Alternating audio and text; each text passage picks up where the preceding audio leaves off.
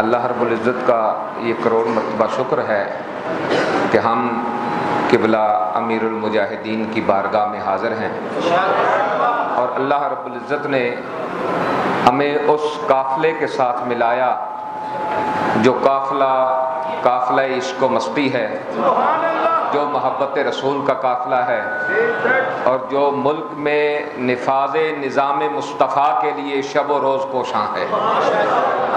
اللہ کرے یہ کارواں چلتا رہے۔ بڑے کاموں کے لیے بڑی قربانیاں دینا پڑتی ہیں، اور جس طرح قائد ملت اسلامیہ جگر گوشہ قبلہ امیر المجاہدین حضرت علامہ مولانا حافظ سعد حسین رضوی صاحب حافظہ اللہ آپ فرمایا کرتے تھے کہ جتنا لیٹ اٹھو گے اتنی قربانیاں زیادہ دینا پڑیں گی جتنا دیر سے اٹھو گے، تو اس لیے قربانیاں تو ہمیں دینا پڑ رہی ہیں، لیکن ایک قبلہ امیر المجاہدین فرمایا کرتے تھے کہ اسلام روز روز قربانیاں نہیں مانگتا، تمہارا کام ہے کھڑے ہو جانا، جب کھڑے ہو جاؤ گے تو اللہ کی مدد آ جائے گی۔ الحمدللہ قبلہ امیر المجاہدین کے تیار کیے ہوئے یہ عاشقان رسول اب اٹھ کے کھڑے ہو چکے ہیں انشاءاللہ۔ تحریک لبیک یا رسول اللہ یہ وہ تحریک ہے جس کی پوری تاریخ قربانیوں سے بھری ہوئی ہے۔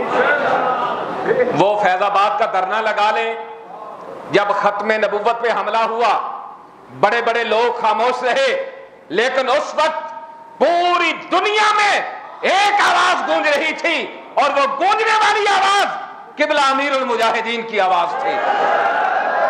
گو کہ اس دور میں حکمرانوں کا ظلم و بربریت، جبر و استبداد اپنے عروج پر تھا، لیکن اس وقت بھی مرد کلندر نے آواز بلند کی کہ مر جائیں گے، ظالم کی حمایت نہ کریں گے، احرار کبھی ترک روایت نہ کریں گے۔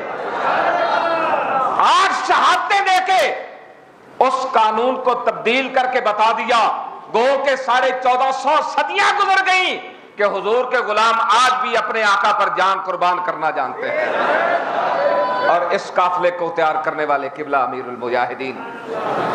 پھر آپ نے دیکھا کہ جب فرانس نے گستاخی کی، نبی کریم علیہ السلام کے خاکے شائع کیے، سرکاری طور پر اس کی تشہیر کی، تو قائد ملت اسلامیہ، عاشقوں کے دلوں کی دھڑکن، جگر گوشہ قبلہ امیر المجاہدین آپ میدان میں آئے، اور جو ہم نے تاریخ دی ہوئی تھی، ایک معاہدہ کیا، پھر دوسرا معاہدہ کیا، اس کی پھر توثیق ہوئی، لیکن وہ چکر دیتے رہے، دھوکہ کرتے رہے، ٹائم مانگتے رہے۔ بالآخر یہ ہوا کہ قبلہ امیر المجاہدین کے لخت جگر کو انہوں نے گرفتار کر لیا، اور بغیر کسی جرم کے جب گرفتار کر لیا تو لوگ سڑکوں پر آ گئے، بھئی آپ وعدہ پورا کرو بجائے اس کے کہ ہماری گرفتاریاں کر رہے ہو۔ تو پھر زمانے نے دیکھا جو تحریک لبیک پہ ظلم ہوا، فرانس کو تو کچھ کہہ نہ سکے، جنہوں نے گستاخی کی انہیں تو کچھ کہہ نہ سکے، جنہوں نے رسول اللہ کی عزت کی بات کی ان پہ سیدھی گولیاں برسائیں، 27 لوگوں کو شہید کر دیا، سینکڑوں زخمی ہوئے، کچھ ایسے اپاہج ہوئے، معذور ہوئے، آنکھیں نکلی، کئی لوگوں کے گردے ضائع ہو گئے۔ اس کے باوجود ان عاشقان رسول نے حوصلہ نہیں چھوڑا، حوصلہ نہیں چھوڑا، اب بھی میدان عمل میں موجود ہیں۔ اور میں حکمرانوں کو بھی بتا دینا چاہتا ہوں، تمہارا ظلم، تمہاری سفاکیت جتنے بھی عروج پر ہو، یاد رکھنا ہمارا خون اتنا سستا نہیں ہے کہ جب چاہو اٹھ کے گولیاں برسا دو۔ ہاں یہ خون سستا نہیں ہے، اس خون کا بدلہ لیا جائے گا۔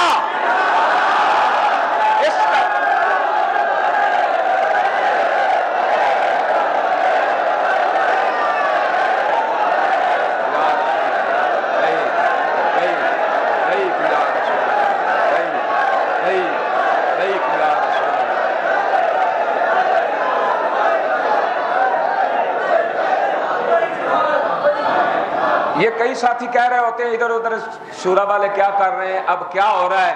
بھائی قبلہ بابا جی نے فرمایا نہیں تھا بھئی ایک بندہ نیچے کھڑا ہے ایک چھت پہ کھڑا ہے، جو چھت پہ کھڑا ہے سارے معاملات اس کے سامنے ہوتے ہیں۔ یہ آج بھی بابا جی کا بیان چلا کے دیکھ لیں، آپ اعتماد رکھیں، جس بندے کو قبلہ بابا جی نے مقرر کیا ہے وہ انشاءاللہ العزیز اس تحریک سے غداری نہیں کر سکتا، اس سے دو نمبری نہیں کر سکتا۔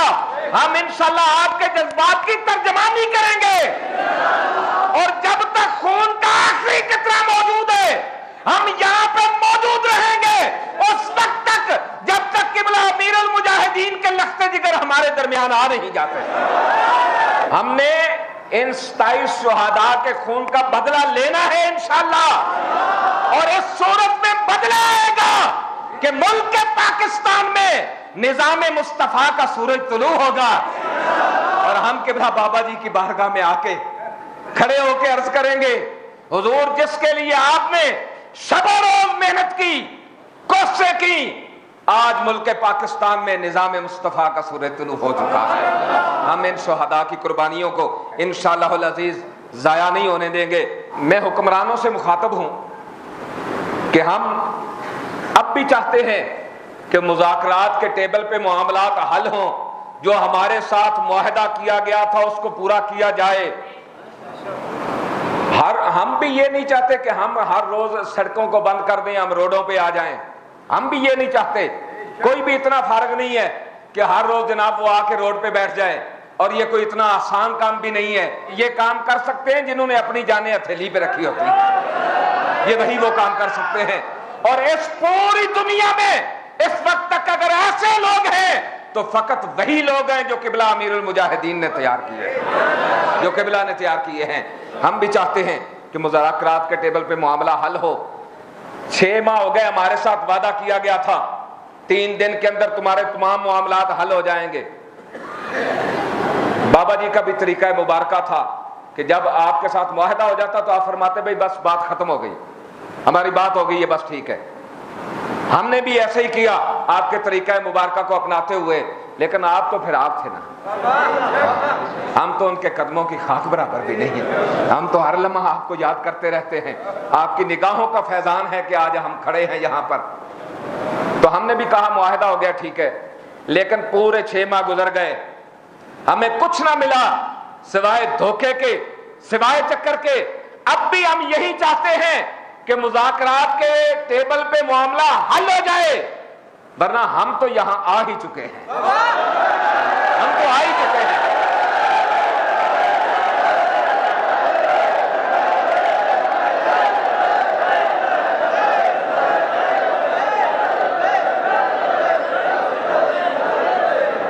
اور تحریک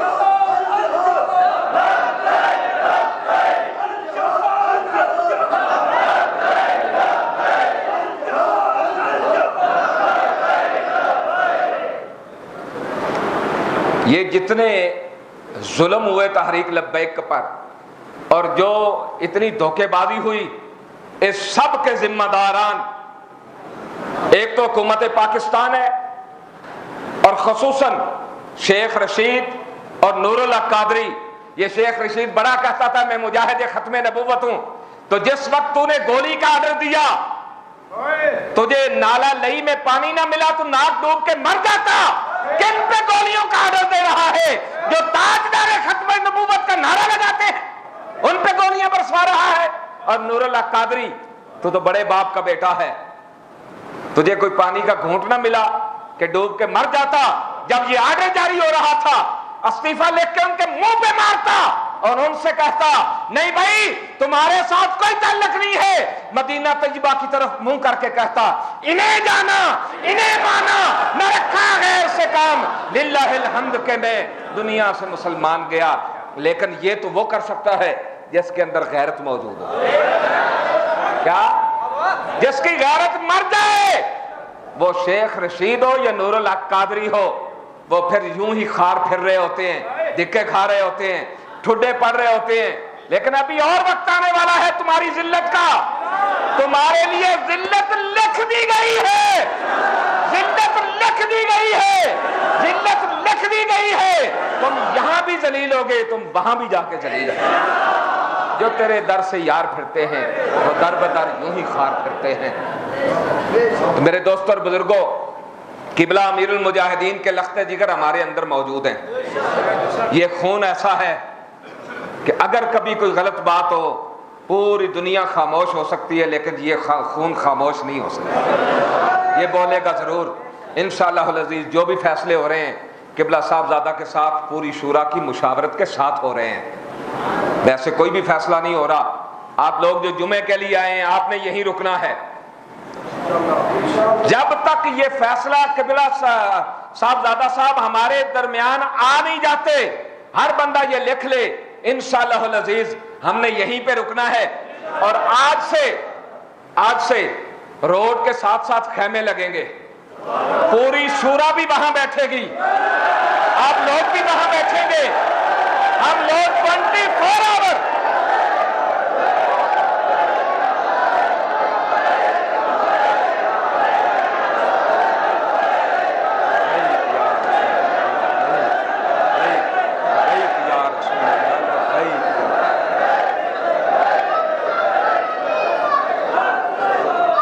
دونوں طرف سے سڑک کے دونوں طرف خیمے لگیں گے، فٹ پاتھ پہ بھی خیمے لگیں گے، سڑک بھی چلتی رہے گی، زمانہ بھی دیکھتا رہے گا، اور جہاں کوئی گزر کے جائے گا ان کی بے حیائی سب کو نظر آتی رہے گی کہ کورٹ کے 3 فیصلے آئے پھر بھی صاحبزادہ صاحب پہ ظلم جاری ہے، اور اتنے پرامن لوگ ہیں پھر بھی ان کی بات کوئی نہیں سن رہا۔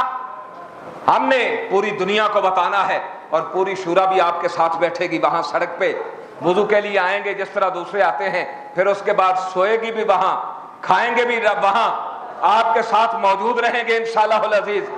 اس میں کوئی دوسری رائے نہیں ہوگی، اور آپ لوگوں نے بھی یہاں پر موجود رہنا ہے، اور انشاءاللہ العزیز پھر وہ وقت دور نہیں ہے کہ قبلہ صاحبزادہ صاحب بھی ہمارے درمیان ہیں۔